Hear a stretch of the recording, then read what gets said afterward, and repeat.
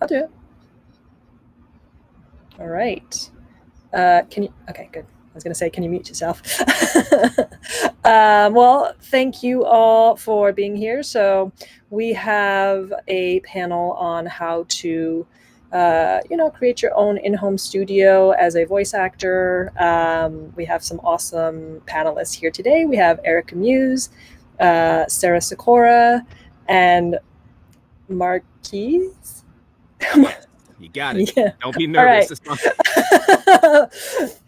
So, Marquise Moore. So I never know because I'm used to like saying Marquis, right? With a so I'm like, is it Marquis? Is it It's Marquise? fine. My name is, if you Google, is literally the only way it's spelled like that. So it's great. So more reason to not be in trouble for anything.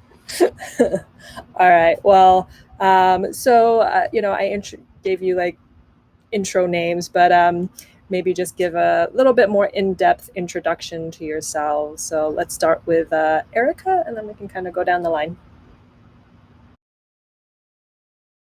Hey guys, I know you guys are here primarily to learn about the booth and voice acting and stuff. So I started pursuing voice acting in May of 2018. I got into Funimation Crunchyroll in September of 2021. I started doing commercial work beginning of 2020. I started working at Sentai March, and 4 days later, COVID happened, and I didn't book anything for like a year and a half. And now I'm busy again. But that's pretty much all my experience. So commercial, anime, and video games. All right. Marquise? Hi, I'm Marquise Moore. I started on and offish in 2017, but went full force in 2020, right in the midst of COVID. As far as what I've done background, I usually do commercials or radio spots, usually through podcasts. I do narration, I have done animation. So pretty much put my hand on everything because it's always good to not bubble yourself in just one thing. You'll be amazed and surprised what is out there. Awesome. And then Sarah. Hi, my name is Sarah Sikora. I've been voice acting for almost a decade. I have been in a lot of video games and animations, like Genshin and Fallout and Elder Scrolls and Warframe and Cuphead, what have you. And that is something I've done 100% from home remotely. I have never been in a studio in the 10 years I've done this. And that's something I'm really passionate about. So I'm going to talk more about that later. Awesome. Well, thank you so much for being a part of this. So, when did you actually like start seriously like recording from home? So Sarah, you've been doing it the whole time, but maybe like Erica and Marquise. When did I start doing it from home? So yeah, for me the whole time, but I want to make a point real quick with that is just the accessibility has been a big thing. So I'm actually disabled, and that's a large reason that I've done it. So for me, the whole like pushing at home recording has been something I've done since the beginning, even when it wasn't acceptable, because pre-COVID, there was a lot of gatekeeping and doors kind of kept closed from us. And I managed to get one of the big LA agents and everything with the condition that I will always be remote, even when COVID goes away. So it is possible to do that. I just want to make that clear. Sure. What about you, Erica? I was not remote capable. I didn't have a good enough studio to record remote until I finished my studio December of 2021. I actually tried like heck to get into Funimation and Crunchyroll for a long, long time, and for a while because of COVID, that was the reason that they weren't bringing me in, because they were only bringing in people who they were working with regularly who were comfortable recording together. So you basically had to submit a Walla group for them to bring you in to record, or you had to have a broadcast quality home recording studio. And I got lucky, and my friends Danny and Jordan were like, do you want to be in our Walla groups and record from our studio? And so that helped me out to actually get my foot in the door. And then I was able to actually finish my in-home studio so I could record remote. I will say I was able to do a lot of indie work before that, though. So as far as like non-indie, I really couldn't until I finished out this studio September of 2021. It's been crazy useful since then, though, and I've used it for a ton of other work, even since Crunchy's been back in studio. But yeah, I did a lot of indie work before I had my studio. And what about you, Marquise? As for me, I didn't really work on my home studio until really COVID hit. So I was actually jobless for a while. Then it's like, you know what, let me just take what I want to do and make it. So I literally went to YouTube videos, looked at everything from like, all right, what sounds best from the phone panels, get in touch with sound engineers who can help me on, within my budget.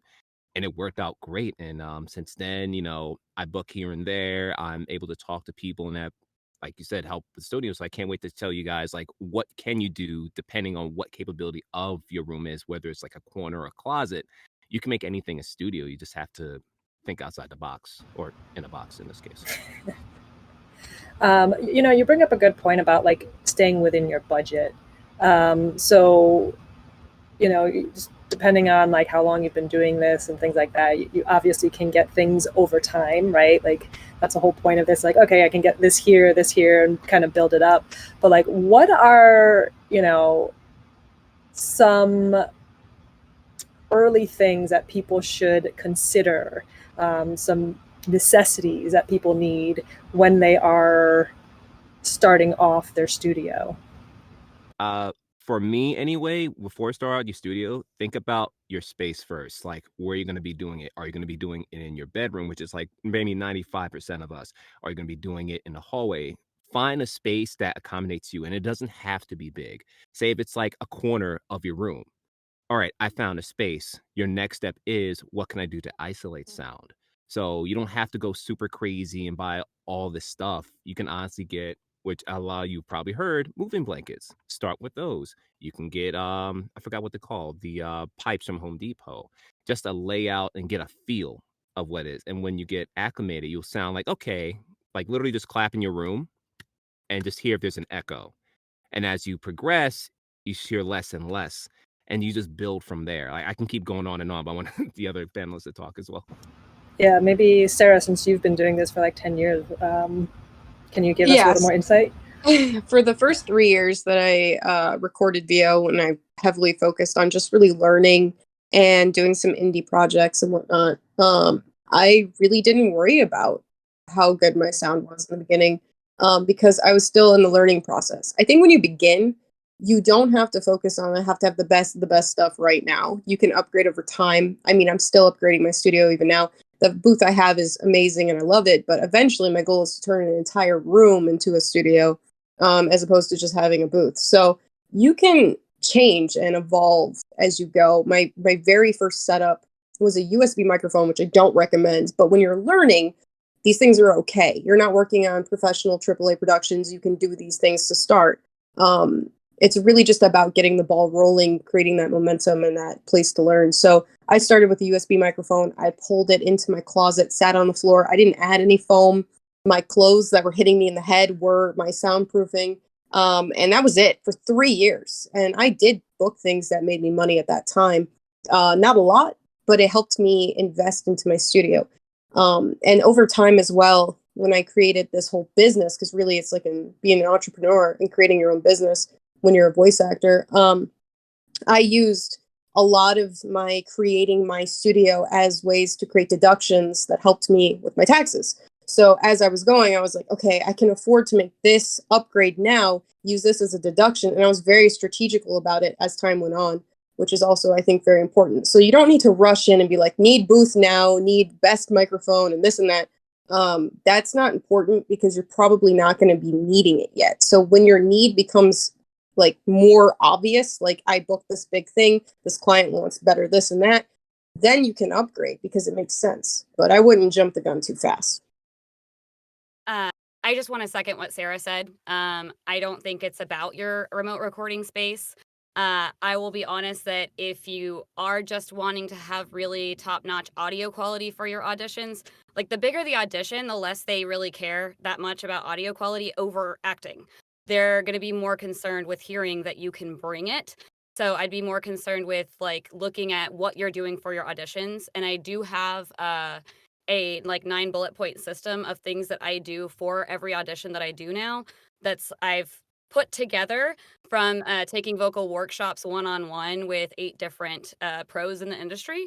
And so these are just like the biggest, most impactful changes that you can make to your audition to make it stand out. So I can share that. I think your audition's more important than your space. But I'll also share what I still remote record in at conventions when I'm not home, and the fact that Adobe Audition is capable of making it sound almost as good as my booth.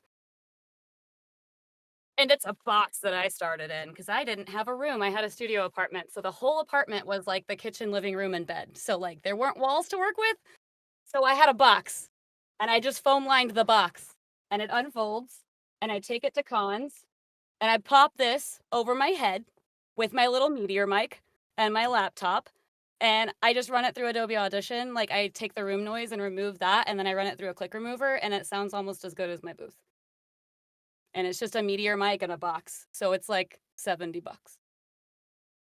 Never doubt the box. That has helped a lot because at the end of the day, these people, when you have a chance to work with, they're not going to look at your booth. They just want to make sure that you sound great. And I mean, from an acting's point of view, like Yeah. sound is great. Definitely it helps.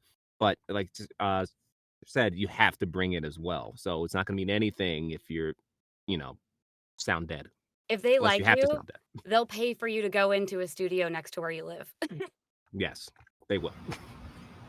So that's another interesting like point. If they'll like Crunchyroll, Funimation, they have their own studios where you go in and you do the recording. I assume other companies have that as well. So besides, obviously during COVID, no one was going into studios, but before that, what was the benefit of really creating your own in-home studio if you could, for example, have a box and then record something for like $70? Yeah. Me being completely remote, never having gone into a studio, I will say the biggest benefit is I can work with anyone pretty much anytime, immediately. There is no, I need to travel to do this. I need to get all this set up. I'm ready now. You need me now? I'm ready now. I have clients sometimes. I had one recorded for a movie. The director's a bit of a friend of mine, and he's like, "Hey, I need this done right now. It's 1 a.m. Are you available by chance?" I was like, "Let's do it." So 1 a.m. I just get in the booth, record for a movie. Um, I didn't even know I was going to do this at all. So it's just like things like that can just pop up when you become reliable to people who need people like on a dime like that. It can really benefit you career wise, but also it's fun. I like being able to just go, I'm just chilling here thinking I have a day off and all of a sudden I don't. Um, and becoming that kind of person that they can always turn to because I'm ready and I don't have to get in my car and go somewhere or plan a flight. I mean, it's just honestly to me a better situation. I love working from home. I love being able to just pop out of my booth and there are my cats. It's a good situation for me. So I would really say the benefit is just being available all the time, but also it's comfort. I mean, some people do prefer going into studio and having that environment. For them, bravo. There's nothing wrong with that. But I think the same can be said about remote. I thrive in that place. I feel like that is my comfort. That is where I create the best, and that is where I want to be. So for that, I feel like it allows me to shed some of my anxieties and just be in my comfort and be able to really focus on doing. So for me, it's pretty great. Anything you want to add to that, Erica or Marquise? Okay, I was just gonna add like for the booth, it still helps me a lot with like auditions because I still for the right projects, if I know that that director probably hasn't heard of me, I know that my audio quality is going to help me to be considered. So I was for a long time I was paying $60 a session to go into a studio and record my auditions for big projects. Like if it was a video game that I really wanted, I was gonna go pay a studio to let me record there. And this saves me that. So I do think it helps me a lot to be considered and taken seriously because a lot of times if they have not heard of you before, like you haven't made your mark on the industry per se, and they open up your audition and your audio quality, like the engineer can just see the background noise and immediately go, nope. But I will say that now I know software I didn't know before that can actually just remove that if I record with literally anything. So, yeah, so your audition quality does matter a little bit. Just to pick it back off for a sec, yes, because as you venture, you start to realize, like, oh, why does my sound like that? Like a couple of months ago. So these softwares, learn about them, like isotope eliminates a lot of stuff. You get so familiar with it, and back with the home studios, no greater feeling than literally rolling out of bed and just rolling to the studio. It's so great. Awesome. What are some of the software? So I know you mentioned Adobe Audition, Erica, but are there other ones? Maybe I know there's something like Audacity and other ones that are free. What are some kind of like affordable software that you would suggest to people to help with background noise or just like audio quality?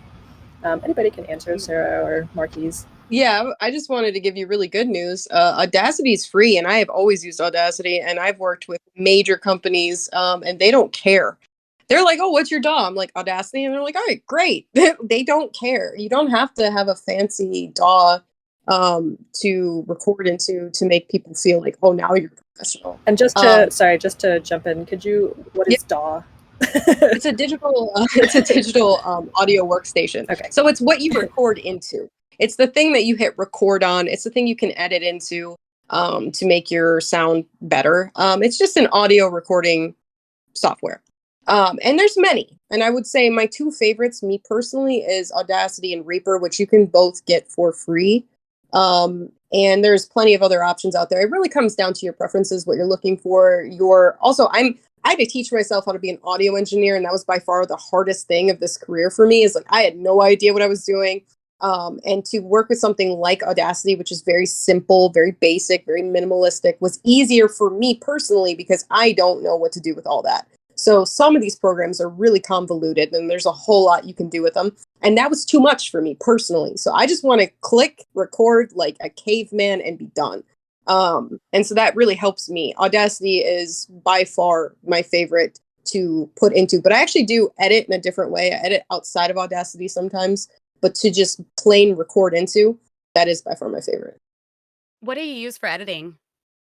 I'm strange. I don't recommend this. I use Sony Vegas, which is like a program I used to use because before I did YouTube or before I did voiceover, I did YouTube. So I was used to video editing, not so much audio editing. So I was used to this program and it actually still works. So when I have to cut a file that's like 2 hours long, I just pop that into Vegas and I'm like, this is where I feel comfortable. But I always record in Audacity. So that's only when I have to like edit a big file. I'll do that, which I don't recommend. It's not a good, it's not a good thing. But for me, it's like again, it's comfort. Whatever you're comfortable using, really, that is the best option for you. Interesting. What about you, Erica or Marquise? I just use Audition. I started out recording stuff. Literally, there was like some Google Chrome attachment, like extension that I was using. But obviously, the audio quality there's like not amazing. But it also depends on what you're recording with, like what's attached to your computer. So I started with a phone, and then my computer itself, and then a mic, and it just progressed and got better. But now I do everything on Audition. I would say it's very similar to Pro Tools, but more affordable. And the only reason I like Audition is just because when I do like background noise removal, it's just very, very clean and it doesn't seem to matter what I record on. It works really, really well. And the click removal system, and it's all in one place. So that's the only reason I'm using Audition now is just because it puts everything in one place for me. And I'm confident in using it because when I learned ADR engineering, I was taught on Audition and Pro Tools. And obviously I wasn't going to buy Pro Tools because that's just like Super selling expensive. an organ. Yeah. So that's why I'm on Audition. And how much does Audition cost? Oh gosh. Is it like a subscription? Or is I've it like had my a license one-time? for a while. Oh, okay. You can do monthly or you can buy a license. Marquise, were you going to answer? Sorry. They actually, unfortunately, they got rid of the license They a did. couple years ago. I mean, So I now figured since it's Yeah. Adobe, So, it's like yeah. they've started going like subscription based for pretty much everything, I think. Yeah. So do they cost as much as Pro Tools now? They do not. So Okay. right now, I have one that I paid off a while ago, but I got the newer one as well when I travel. So just for the Adobe software, it's $22 a month, or you can just pay for the year and just do it. But honestly, it is worth because I love Adobe. I've been doing Adobe since I was doing like Flash animations in college. That's another story. But it's great. Audacity, like the early is a great tool as well. Reaper, it does have a learning curve, but again, it's another free tool you can use. So again, whatever you can get your hands on, if you're comfortable with, learn it, master it, and you'll find out, it's easier to use. Yeah, Reaper works, but it'll Mhm. be time consuming because if Yeah. you select like your room noise and then try to remove it from the entire recording clip, you end up with certain words sounding bionic because it's not like as advanced since it's free. So you have to like select each clip individually and see which ones it's able to remove room noise from, and then maybe select a different silent clip and use that to try to get room noise out. So like it will work eventually. It's just way more time consuming for the editing because it's not as like it's not doing everything for you basically. With Audition you can be lazy, I'm gonna be Yeah. honest. And a pro tip for you, get familiar with software, because if you're unsure how to use it, just don't use it. Just hit record and send. Don't worry about all this other stuff, because if you don't know what you're doing, again, it can sound choppy or make the quality even worse. So Cool. So do you find that, you know, are you getting more work at home versus in the studio since COVID? Well, do you think that trend will continue? Either anybody can jump in and answer. I'm just gonna say yes. yeah, There's still 3 studios here that are remote only, so Yeah. like I definitely. mean, oh, go ahead. I'm sorry, Sarah, you can go for it. I don't want to talk over you. Yeah, I mean, for me, somebody who started pre-COVID and then COVID happened, and now we're kind of like not really post-COVID, but we're kind of dying down in that. I'm seeing the changes pretty heavily. The beginning was very closed off before COVID. It was kind of like we have our people are in LA, and those are people that we're going to go to. And now, then after that happened, it was like a lot of LA people relied on studios, so they weren't ready, they weren't equipped to deal with it the way a lot of us remote people were. So I was already set up, and I just was like, I can do exactly what you need right now. No questions asked. I don't need any prepping. And so that really elevated my career. And that's when I really went AAA. I mean, I even recorded for a multi-million-dollar movie that went to theaters from my home studio. Um, there's a lot that happened after COVID. For the first, I would say, 6 to 8 months of COVID, I was not sure what was happening. There was a dip for me because I think a lot of people were just panicking. A lot of places shut down. But then after that, it just exploded for me. And since then, I've been on just tremendous growth because of it. And now that people are returning to studio, there's still an option for remote with a lot of these places. They just ask, would you like to come in studio or would you like to record remotely? I've been recording for AAA games multiple times a month, and they always just ask. I mean, I worked on Fallout and Elder Scrolls very recently, and they're major studios in LA doing this, and they don't mind. The only thing they have me do is they'll have me do a studio test, a couple days prior, and so they'll have me sit down with an engineer remotely. And we'll do a couple little tests, and then I'll send it over, and they have to approve my audio. And if my audio is approved, which it has been every single time, and I don't have a crazy expensive booth. I think if you count my equipment and my booth, and because I have a custom built booth, everything that is my booth, including the microphone and all that, it's only like $5,000, which is really not that bad to be able to work with some of the top studios in the world. That's not something I dropped in a day. That's something I did over time. It was very affordable and very easy to do over a period of time. It's not like I did that all one day. So really, to have the amount, because I'll tell you, some of these clients I work with, I make over $5,000 on a job. So it paid itself off very quickly. So I would just say it's very doable. Studios are still open to it. There are some that are shut off. So I talked to my LA agent and just said, if it's not remote capable, please don't send it to me, period. And that's it. So I do miss out on some opportunities for sure. But there's so many, I would say a majority are open to remote that it doesn't even matter. I really hope remote does stay. It looks like it is, because definitely during the pandemic, it was just open and people had to build their own studios. And like Sarah said, doing movies from their home. So as of now, I'm seeing the shift for it, but I don't see it going away, because obviously it's convenience for it. Even though I am blessed to be in a New York area, it's again convenient just to work from my home unless I have to go there. So definitely seeing it stay. I will say, just fun fact. So Sarah, I hear wonderful things about her all the time. And I do think some of the studios are willing to do those tests and stuff for the right talent. So I would say just keep striving and stuff. There are some studios who are just like, no, not doing remote. But I think they are going to push to go back to remote because a lot of the engineers are like, dude, we were working remote just fine and we'd prefer to work from home. So I'm hoping that that trend kind of pushes a lot of these businesses, and they would save on overhead because all of the equipment's in our house. So I'm really hoping that more studios go back to accepting remote just like they did during COVID, and realizing that like it does make sense like business wise for a lot of them. So I'm hoping for that, but I do have a few here that are just like, nope, we don't do that anymore. And I'm like, but we did it for months. I don't understand. So but I will say she's 100% right. For the right talent, they will push to bring you in. I will Or not also to bring you say, in, sorry, to work with you.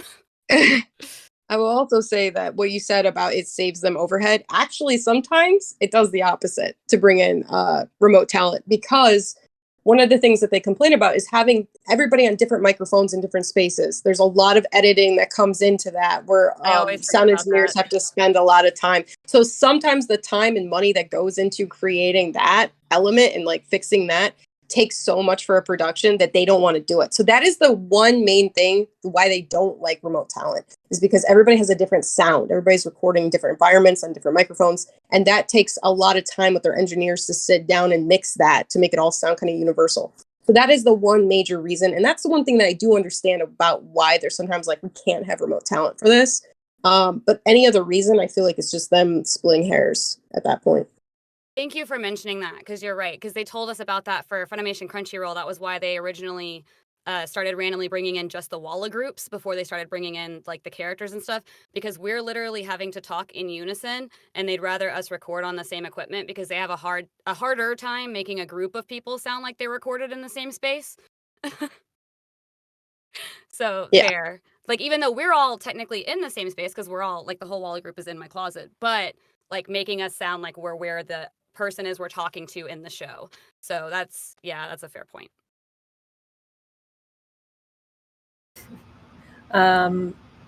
So, we kind of touched on this, but are you finding there are more opportunities now that you have your own in-home studio? Like, are you getting more jobs, or more people reaching out to you? Like, maybe Marquise or Erica? I find it that they do reach out. So it's easier. So when I do reach out to a potential client, because you do got to do a lot of marketing for yourself. When they come back, it's like, hey, we need you for something. It's like, okay, cool. Can you do it now? I'm like, yes, I can do it now. Even though I'm in the middle of playing a game, but yes, I can do it right now. So there are conveniences. Again, having a whole studio, it helps out a lot. I don't know, and I can touch on it, but it does help when it's just right in your room to do so. It's helped me a lot to stay on top of auditions, so I'm submitted for everything, so that with that comes more opportunities. But then also some of the companies that I've recorded with, Spencer Lyle set up my booth, so he did it with like all of the audio, knowledge that he had. So blessings to him for helping me figure out what equipment to get and everything. And then making sure that I was running properly and all that kind of stuff. And of course, now I know how all of it works, but I did my ADR training after he helped me with my booth, because I did that this past May and I had my booth in December. But in any case, it's helped a lot also because, fun fact, I did looping and stuff for HBO and Disney, and they started sending talent to my house to record, and they'll pay me a booth fee. So it helps me to like afford things and make it by in between projects so that I can do just acting, because they literally will just pay to use my space as well. So it's very, very handy. So I guess That's really interesting, because I wouldn't have thought, right? Like, now this is just like a additional perk, right, of having your own space. Like, oh, now I get paid to cover the cost of my booth. Yeah. It was like, can we send talent to you? Because we don't have a studio over there that's available. And I'm like, sure. Like when we have the freezes, especially, they're like, do you have power? I'm like, I do have power. They're like, the studio doesn't. We're going to come there. I'm like, okay. So it's been an interesting relationship. Yeah. So I'm going to ask maybe Marquise or Sarah this because, Erica, you mentioned an interesting topic where you had someone come to your place and like help you set up your sound booth. But Marquise, I know you said that you were watching like YouTube videos and stuff. So like, was there a lot of trial error when you were setting things up? Could you Yes, suggest some people like who you ye found, things like that to help? there yeah, there was a lot of trial and error with it, but there's a couple of key people that definitely helped me out. Number one, a sound engineer and a voice actor as well. His name is Jordan Reynolds. He is a very awesome I know dude. Jordan, yeah. He has helped me. Yeah, he's helped me through the pandemic to help me space out stuff when I like, okay, I have everything set square and done. Um, Tim Tippett is another one I can recommend. He helped me out with like how to do like the EQ levels and stuff like that. So when I am in there, I can listen out for like noise. Like you'll hear this a lot noise floor. That's pretty much the what is the room tone of your studio before you even start recording. There's another website which I recommend for everybody to go. It's I Want to Be a Voice Actor. It's by Bradley D. Baker. He's voiced a million stuff, and pretty much answers like all those little tidbit questions you're unsure of. So, if anything, those three I highly recommend to look through if you're ever unsure or just have some questions about the studio, or if you're just feeling iffy. Definitely go through them.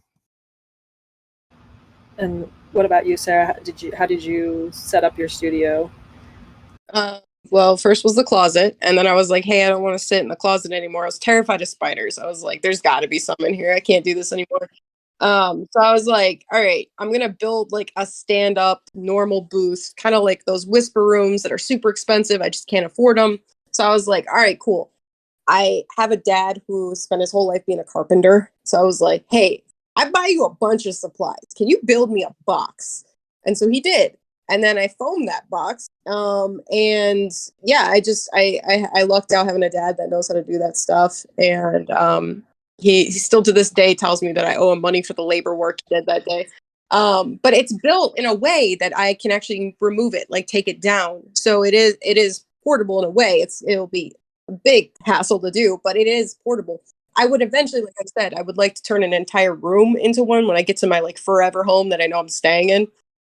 Um, so for now, it's just like this booth is just it's good. It's kind of small, so you don't have a ton of room in there. I think the one thing that I regret is just making it a little too small to like fit in a room very nicely. But for the most part, I mean, it's been great. I've gone to countless engineers for advice. Because I'm not really sound techie with that. I don't really know the ins and outs of how to do this. So I started with just like I bought 2 boxes of foam, which foam was super expensive. Is honestly the most expensive piece was foam. And I just bought 2 boxes and I was like, okay, this is good. And then I heard some people say, there's still a little bit of this or this you could work on. Eventually, I just foamed the whole thing. So now everything is foamed. But that took a while because that was like a couple grand in foam that I spent. And so I got to a point where I just kept asking different people. And because I do those sound checks with all these like high end engineers as well, I use that as an opportunity to sit down with them and be like, how can I improve? And when I was working on Genshin, in fact, that was when I realized that I did have like a blind spot happening that they were very aware of. They were very particular about what they wanted. So I upgraded my booth even more in the last 6 months. Ended up taking my computer out. Nobody ever complained about my like tablety computer I had. It was almost dead quiet, but it was enough noise to bother them. So I actually implemented a touch screen monitor in my booth and took the computer out, and now everything is kind of running through that. I completely blocked out a window, so there's no window in that room anymore. Acoustic paneled it, so it's gone. And I just really went out of my way to make sure this one client was super happy. But now all of my clients are even more happy because of that. So it was really nice. I think it's just being willing to listen to the people that you're working with, reaching out to sound engineers, adapting your space based on their needs will help with anyone else. So if you can improve it, I am always open to improve. Oh, that's great. And go ahead, Erica. Sorry, we talked about prices for booths. My booth altogether was about $3K, and she mentioned a window. I will say I bought this house March before this past one, so I've had it for almost 2 years. So I own it. So I did go a little above and beyond, but I also thought I was very paranoid when I bought my house. and it's really funny timing yet again for my career. But I was afraid we were never going to go back in studio, and my like dream was to walk in the doors of Funimation. So I was like, I'm going to build a Funimation booth at home. So I had Danny send me a bunch of pictures of what the old Funimation booths were, and I built that at home, including the window in my closet door. So I have a double layered soundproof window in the door so I can see my friends out there helping engineer me if I have a session, so that I feel like I went to the studio. So there's like a window in the door and everything. The acoustic paneling, though, she's right. That was probably the most expensive thing in here, even over the window. The acoustic paneling in the closet, it adds up to $600 in acoustic paneling. But it does the job. And then everything else I got out of eBay auctions online. And then my mic is Jim Veranda's old mic. And he was a friend of mine. We met at Let's Play Gaming Expo, and I was doing interviews as Cortana. And he was like, I'm getting rid of my old mic. And I was like, I really need a new one for my booth. So that would be amazing. And so the timing just kind of worked out. But yeah, it was $3K for everything. Since we're jumping on booths, as far as what we do as well, I love your booth, by the way. It's awesome. I just love Claptrap as well. He's just chilling in the back. For my booth, yes, sound foam could be up there. Also for this is actually a loft bed. I have a bed in my studio, and I was like, why not just use the space under it? And it works because got padding on top, got the foam in the back, and everything else is surrounded by moving blankets. And I got these lovely pillows here, which is stuffed with safe and sound wall insulation. So it blocks out a lot, because as much as I'm doing well as far as my career and I'm still going, I'm not making the income that I want to as of now.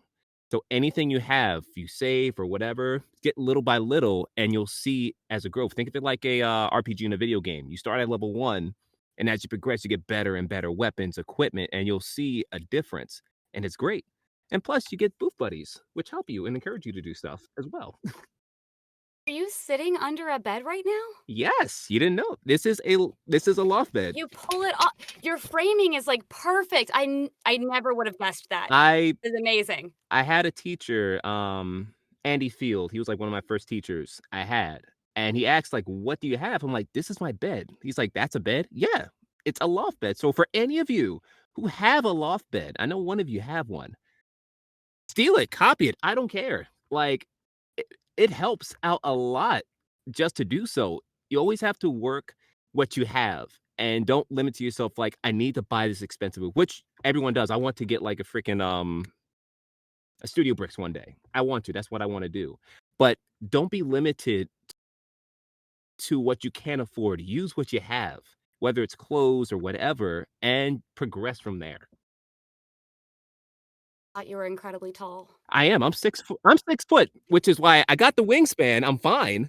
But God forbid if I move the wrong way, That's I'm incredible. I do want to quickly share, since I'm not on camera today, I do want to share my studio just so people can see photos of it. So I shared it in the panel chat. So you want to check out what mine looks like. It's a big box.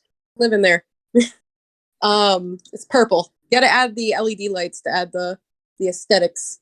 But yeah, so I've made mine very cozy in a way that I like being in there, because sometimes we work up to 4 hours, in one session. So if you're gonna spend a lot of time in there, you might as well like it. That's how I see it.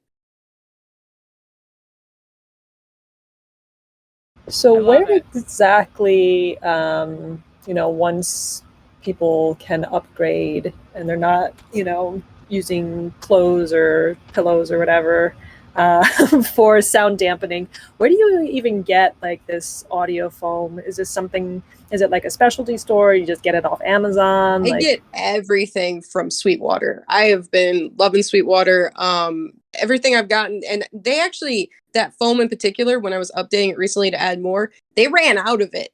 So they had to special order it for me, which was super nice. And they're really quick about delivery, and they always call to update new things. So I personally like Sweetwater. There's tons of places. I mean, you can go really anywhere, wherever they sell it really is fine. But that just also my Neumann. So I have a Neumann TLM 103, which is a like $1,100 mic or something like that.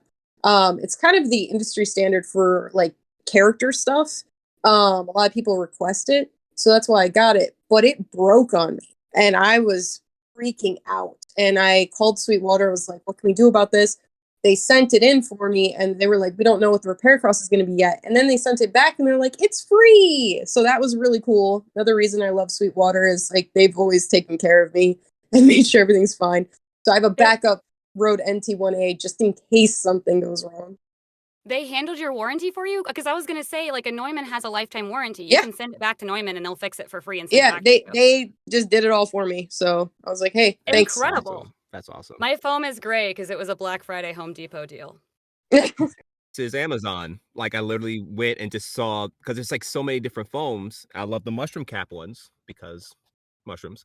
I got it from Amazon. So yeah. So just use the resources you have. Oh, and look for 2-inch because the 1-inch doesn't hardly do anything. Yes. Yes. I screwed up and got 1-inch because it was like way cheaper, and then I found out the hard way it was way cheaper because it doesn't do what you need it to do. So 2-inch minimum. All right, so it's 2:43. We've got about 17 minutes. So I will ask one more question. And then I see that there's a couple of questions in the chat, so we'll go to that afterwards. So let me see which question I want to ask. So we can go here. We can do this one, and I'm pretty sure I know what the answer is, but just in case. So have you seen that there was any like pay difference from recording at home versus going in studio, or is that mainly just more of like who you're working for? No, I think it's the same. It should be the same. I think you're still working. You're still doing all the same stuff. I don't think there should be any pay difference. So no. Yeah, definitely no pay difference at all. It should be same in or your own studio. Yeah, it's the same whether you're in studio or at home. I will say that I do both, and I've made probably about the same in my booth and in studio, but I've recorded like 6 projects from my home booth versus going into the studio for like dozens of them, because anime and video games, they don't pay as much as commercials, and the commercials don't care where I record. So. And I always hear, So commercial work is the more lucrative. Yeah. Yes, please. If you guys ever have an opportunity, do a commercial. Obviously, check your rates, but do it. That's the bread. Like commercial is bread. I'll say audiobooks, podcasts, like the consistent work, and then like animation, which everyone wants to do, including myself. It's the fun work. So again, never limit yourself to this one space. Always branch out. Awesome. So a question here, a tech question. Can you recommend resources for troubleshooting a space? Seems like they can't get both RMS levels and noise floors simultaneously within the required parameters, but they don't know the best flowchart to try and fix things. Put everything that's making noise outside the booth. I just have extension cords to everything. My computer brain is not in my booth. It's the best advice. Yeah. So I'll say take a look at your booth. See anything that's electronic, from like if you have a laptop in there, take it out. If you have like a spare monitor, that's fine. Laptop noise, you don't think it's a big deal, but it can be a big deal. If you're next to like an air conditioner or heating or anything that has buzzing noises, again, it may not be irritating you, but again, it can seep through in. If you have thin walls, like wherever you live, doesn't matter. Someone walking, dog barking, it's going to happen. So what some stuff I recommend other than that, you can get like for your door. There's like these little sliding things you put under it to like prevent heat to getting out and getting in. That helped out a lot. It dropped down my decibel levels or sound levels quite a bit. And just like text it out. Like again, like clap in that area. If you feel like there's like an echo, try to dampen it with like sound phone or stuff. It's a lot of trial and error with it, and just get back and forth. Me in particular, I had a really bad floor noise problem. I didn't know where it was coming from. I did everything I could to get rid of it, and then that's when I realized it was my Neumann was actually malfunctioning. So if there's ever like a thing happening that you can't explain, like some kind of sound issue, the best thing I can recommend with that is you piece by piece kind of like eliminate what it could be. So I eliminate first, is it like a connection issue with wires? Is it my interface? Is it, you just start to eliminate things. And when nothing else seems to work, then it might be your microphone, which is the scariest one for me. And that's when I realized it was actually I was having issues with my mic. So when I figured that out, I just tested another microphone and heard that it wasn't there. So yeah, it's good to have a backup. If you're doing this professionally, I would always have at least 2 microphones, even if they're not identical. Like I have a Neumann, which is expensive, and a Rode, which is pretty like low range cost, and they're good to have in a pinch. And when I was using the Rode for projects, I just let them know, like, hey, my microphone is being repaired. This is what I'm working with. Is this okay? And you just let them know, and usually it is. Also, to Spencer, piggyback on sorry. that. Oh, I'm sorry. Go for it, Eric. I'm sorry. No. Oh, I was just going to share something funny. Spencer's favorite thing to say is that if you aren't sweating by the end of like 3 to 4 hours in the booth, then you're not airtight enough. So you've got sounds leaking in, and so that's what's wrong, is that you're able to breathe. Because everything is going to be blocked off. Also for noise floor as well, which is why we prefer XLR mics. USB mics, unfortunately, they have this weird feedback, especially when you're plugging it into your computer. It cycles through. Again, it's like you don't know this until like someone tells you. So that can be a noise floor issue as well. For those who want to get an XLR mic, honestly, what I'm using right now currently, this is a Stellar X2. It's great. It's $200, not expensive. Rhodes, look out, because they still have Black Friday Christmas deals. They can drop down to as little as like maybe 100, 150. Their shotgun mics, again, they're not expensive. You always want to work within your range. You don't want to spend millions, thousands of dollars. Always upgrade to what you can afford. And then when you get those jobs and get that money, make that investment back into yourself. And again, you'll see growth. Remember, treat it like a RPG in a video game. You gotta start level 1, you gotta have level 1 gear, then shoot up. No, I think that's useful information too. So, we kind of touched upon this in the beginning in terms of like what should people kind of have, and we talked about space and stuff like that. But in terms of equipment, what are some good beginner equipment that people can purchase that would be useful? So with XLR mics, right, you can't hook it up directly into your computer. You're going to need something to hook it up into, and then hook that up somewhere else. So what are some components that people should kind of like look into and think about when making their own in-home studio? I'm just gonna plug the Samson Meteor mic. It folds up to really small. This is not a sponsored panel. And I love this little guy because it was my first mic, and it ended up being better than the Snowball and the Yeti.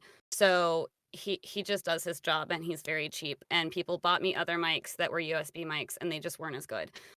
So this little guy I definitely recommend with a pop filter. Pop filters are like $6 online. And then when you are submitting your audition, if they ask you not to clean it up, by God, do not do anything to it. Just send it to them raw. They asked for it raw. But if they do not ask for it raw, then you can clean it up with online software. And if you are afraid of background noise, floor noise, any kind of surrounding noise that you don't want in your audition, then you want to view the wavelength. There is a free online wavelength viewer called Epidemic Sound. Go to the silent parts when you're not speaking in your audition or breathing, because you'll see breath. When you're not speaking or breathing in your audition, if you used a background noise or floor noise remover and there's still something there, then you did not successfully remove that noise, and they're going to tell you that there's background noise. So what you need to do is view the wavelength of your audition, not like the sound pattern wave thing. It's like, it looks like infrared. And then Epidemic Sound is free. You can just run your audio through it, and it will show you what the wavelength looks like, and you can see when there's sound if you don't think there's sound there. Does that make sense? One thing I do want to say, it's a little off topic, but it's so important because I also cast. And one thing that kills auditions for people is not knowing how to manage your levels. So a lot of people will have whisper quiet levels when they're speaking, and I can barely hear. I got to crank up my volume just to hear you. That's killer to auditions. You want to normalize to at least be at like a -18, -12 speaking level with your DBs. And it's really important for that because it also shows not only do you know how to work your stuff, because if you're recording remotely, you need to know how to be a basic level audio engineer. You need to have this basic level education. And there are classes you can take. Randy Greer is fantastic. You can find him on Twitter. He teaches stuff like this, like how to master your auditions on a engineer level. And that's super important. That's something I struggled with for a really long time. I used to have people complain about that to me many years ago where I was like, well, what do I do? I don't even know. It's hard to figure that out at first. It's a lot to tackle. But you can definitely learn over time. So it's kind of like upgrading your booth over time. You upgrade your knowledge over time. That includes like how to audition, how to work your equipment, how to act. You know, a lot of people are focused on like, I want to do voices, all these voices, when there's so many other components you need to learn first. That's more like later. So, you know, managing your home studio and learning how to send in a proper audition is like way before having an arsenal of voices to attack. Oh, 1,000%. And Sarah, you probably have this too, and so do you, Marquise. I bet. I have a safety track in my booth, so my gain is at mid level and all the way up at the same time, so that I have more freedom when editing, so that I can have it louder. Because my auditions used to be stupid quiet, so I had that issue. But I have the URRT2, so it has two tracks, basically two XLR cables going into the interface that are recording at the same time from one mic. So if I yell and it peaks on one track, I can just pull from the other track. So if you have the space and the money and you're working on your booth, I 100% recommend a safety track that you can work with, because sometimes if you record with your gain super low because at some point your character whispers and then yells, your whisper is too quiet, because then when you go to turn it up, you've just turned up any other noise in there. That's good. That's something I do something very similar, which is why I recommend you guys please get to know your equipment like at all. Same thing when you're driving a car, you just don't want to drive. You want to know where you put the gas, where you need to check the oil, and all that stuff. Uh, know how your interface works. My interface is a SSL2. I have two channels. What I did similar to her, I have two mics set up. I have one that's for normal talk narration. I have this one for character. So when I have scenes, I put this one a little bit lower and the other one normal. So when I do have to yell, you know, this is going to peak. I'm not going to use it, but this one is going to capture what I want to do. So it's just very important to know your equipment, get familiar with terms, with peaking, gain, volume, all that stuff, because it's just going to help you in the end. So when it comes to that point, it's like, oh, I know what I am doing. I follow this advice my dad gave me. Be ready. So when the time comes, you know what you do and not sitting there just, I'm lost. So, and it comes over time. So no pressure at all. Awesome. If anybody, we have 5 minutes. If anybody has any questions, please put them in the chat, panel chat. Let me see. If not, oh, go ahead. Oh, I was just going to add, he said he was recording on two different mics. I will say I now have a Neumann CLM 102, and then I have a separate shotgun mic that was recommended to me by a studio like 4 blocks from here that I literally just got. And it's because for live action dubbing, they prefer a shotgun mic because it's a different audio quality. If it's too clean, it doesn't fit into a live action project as well. But then a lot of them will just let you record on the mic you have, and they will edit it to fit the scene. But yeah, I've recently had a couple projects who requested a shotgun mic, so it's good to have both. And to piggyback what she said, there's going to be 3 types of mics: dynamic, condenser, and shotgun. Dynamic, don't have to worry about. That's for singing. Condenser, or these guys, that's character work usually, because it requires space for you to move around. Then the shotgun mic, you know, more for narration, like you said, for live dubbing, which I think they said that recently, right? More for live dubbing for shotgun mics. It helps because you're going to hear that difference, because it's found for at least a shotgun. You're not going to see it because it's like all black in here. It sounds more natural coming out. With this, they're both great mics. And again, the one I have, this is a D2 Cinco, not expensive. It's $200. You know, again, work within your range. Like I want to get was it the Sennheiser 4116, but it's going to come with time. So always work within your range, guys. Don't stress yourself about I don't have the best equipment. As long as you bring it, doesn't matter what equipment you have. The reason that they want the shotgun mic for the loop recording is because they recorded the live action movie itself on shotgun mics. It's what they use on set for recording. So it's called a shotgun mic because it honestly, I'm not. It's because it gets a really tight area, but kind of dispersed in a cone, basically like a shotgun shoots from that actor. So it's getting really crisp sound. It's the big fluffy mic that they're dropping into scenes when you see people filming a movie. And so they want to record the dub on a similar mic so they get similar audio quality, so it's not as like jarring when you're watching a live action dub and they don't sound live action, if that makes sense. So that's why.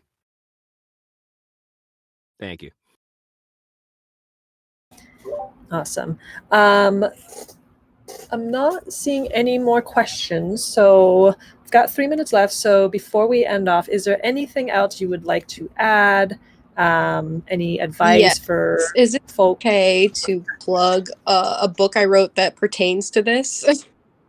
Yeah. Okay, so if you go to Amazon, I'll get you guys. This is a sponsored post. I actually wrote a book called The Anywhere Voice Actor, which is all about recording remotely at home, and I have a whole section in there about like studios and demos and all that. And I figure it really does pertain to this. So I do want to post that. Do I put it in general or? Yeah, you can post a link into the chat. Okay, I'll put it in general. And I wrote this because I really wanted to help people record remotely because I'm really big on accessibility due to being disabled, and I'm really passionate about that. So, this is just to help people who are looking to find more information about it. It talks about everything from A to Z about recording from home, not just the tech stuff, also the business, also the acting, everything. So, if you're interested, have at it. It's been awesome talking to you guys today. And one more thing before you guys, just very important, run your own race. I know you guys are going to hear it a lot. Please don't compare yourself to others. Your friend might be here, you might be there. Just run your own race. It's not where you're not at now, it's where you came from, and you have growth every day. So please, if anything you take from here, please run your own race. What they said, and I made a walkthrough with everything that I've learned along my way.